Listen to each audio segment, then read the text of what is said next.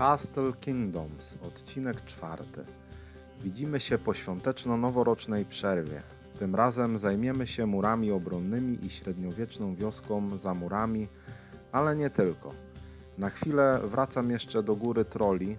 Kto nie widział więcej w odcinku 3 tej serii, postanowiłem ją jeszcze podwyższyć, a co za tym poszło, musiałem gdzieś indziej ulokować oświetlenie, ale powstała i komnata, może dla króla trolli, zobaczymy.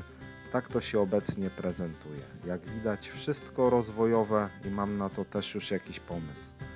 Nie jestem do końca zadowolony z ulokowania włącznika świateł, ale na tą chwilę musi być łatwy dostęp i łatwa możliwość wymiany baterii. Kiedyś, mam nadzieję, gdzieś się poszerzy i nie będzie tego widać. Moja średniowieczna diorama w obecnym kształcie bardzo mi się podoba, a to dlatego chociażby, że mogę w miarę łatwo ją zmontować, zdemontować, bo jest na tych płytach zwanych Mills.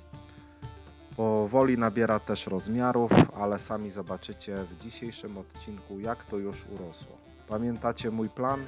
Jeśli nie, zacznij od pierwszego odcinka, tam wszystko znajdziesz. Już wiem, że będą modyfikacje planu, ale spokojnie, raczej pójdę w stronę rozszerzenia świata, niż zrezygnuję z czegoś. W tym odcinku zająłem się murami obronnymi, tak aby wszystko się spasowało z bramą do miasta. No więc stworzyłem kolejną płytę Mills, a na niej umieszczę mury obronne.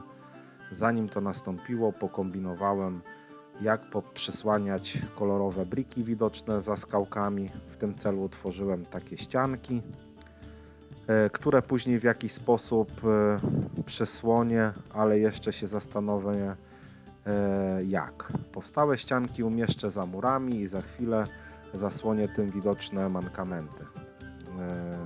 Do plate'ów mogę przyczepiać jakieś rośliny, ale pomyślałem, że w tym miejscu powstanie jakiś magazyn broni może, tak aby rycerze mieli dobry dostęp do niej podczas obrony. Wejście do Lion Hill wiedzie przez bramę, którą wyłożyłem reprezentacyjnie kostką. Tak też zamierzam wyłożyć drogę do świątyni, która będzie jednym z głównych miejsc za murami. Rycerze po drabinach dostają się na mury obronne. Warte najczęściej mają łucznicy, ale nie tylko, bo na wyżej położonych piętrach również strażnicy oraz dowodzący nimi kasztelan. Pod koniec grudnia otrzymałem swoje zamówienie z Lego Pub, czyli Pick a Brick, a w tym okresie było sporo elementów z serii Castle, jak chociażby flagi, które zamontowałem na bramie prowadzącej do Królestwa Lion Hill. Rycerze od teraz otrzymali +1 do swoich morali. Od tej pory gotowi są strzec królestwa do ostatniej strzały, tak aby napastnik nie przekroczył granic twierdzy.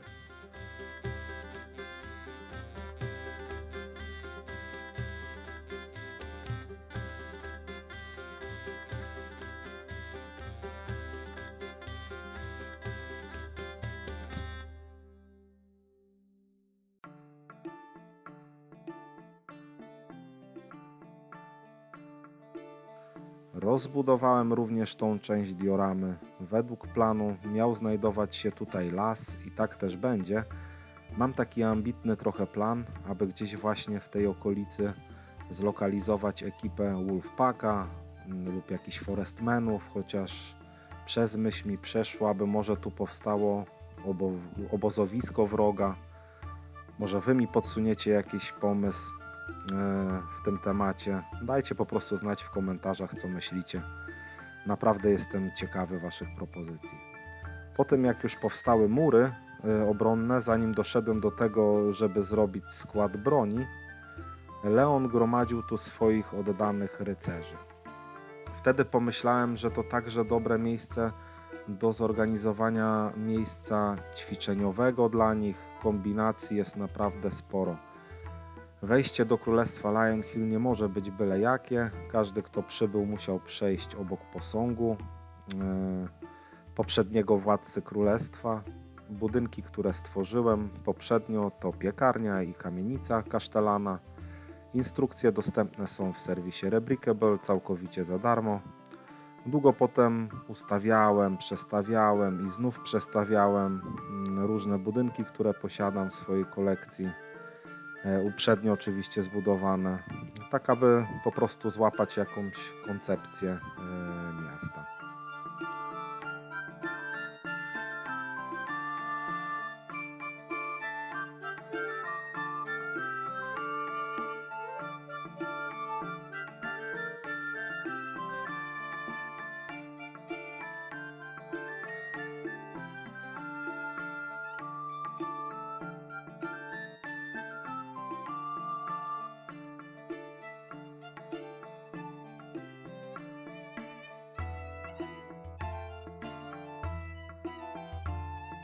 Wraz z grudniowym zamówieniem z Pick a Brick otrzymałem takie fajne pelerynki, którymi odziałem króla oraz kasztelana.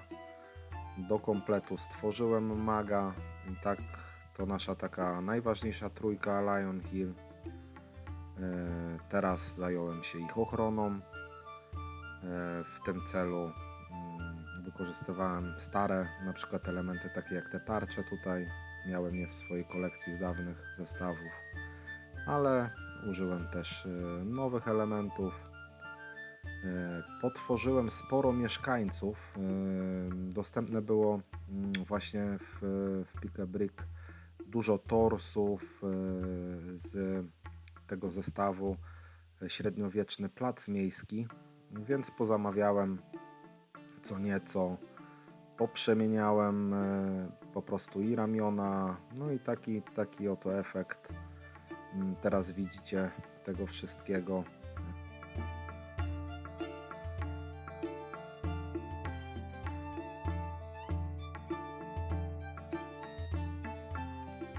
W następnym odcinku prawdopodobnie zajmę się usadowieniem zamku na tyłach murów obronnych i jakoś ułożeniem tego miasta.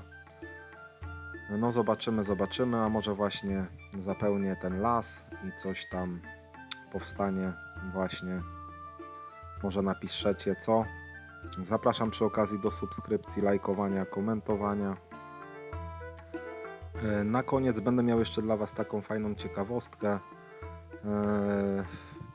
W Pick a Brick dostępne są obecnie główki troli. Jak w sumie nie chcecie dużo wydać, bo te figurki tych troli z Lego Fantasy osiągają chyba, nie wiem, nawet ceny około 50 zł za sztukę. Główki do nabycia są chyba poniżej 2 zł. Dobrze sprawdzają się też torsy do nich od Ninjago. I takie połączenie Wam na koniec pokażę, jak można stworzyć takiego w miarę, jak to nazwać, taniego wojownika troli. Ocencie to sobie sami. Natomiast jeśli chodzi o sam zamek, to też robiłem taką pokazową recenzję tego mocka. Też znajdziesz film na ten temat na moim kanale. Co prawda chyba on jest w języku angielskim, no ale można zaglądnąć w jego wnętrza. Jest tam troszeczkę więcej szczegółów. Zapraszam.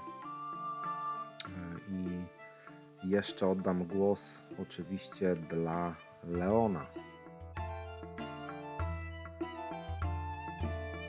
Panie, niepokojące wieści niosą dziś wiatry z nadborów. Moi zwiadowcy widzieli postacie w stalowych kirysach, kryjące się między pniami jak cienie. To nie są bandyci ani myśliwi. Noszą barwy południowego królestwa. Nie rozpalają ognisk, nie podnoszą głosu, poruszają się jak wojsko na łowach.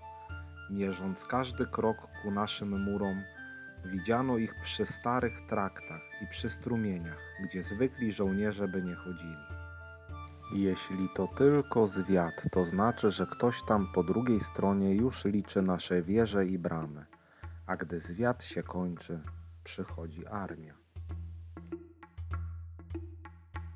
Na koniec jeszcze wspomniany mój Troll Warrior. Zaraz Wam pokażę, jak on się prezentuje.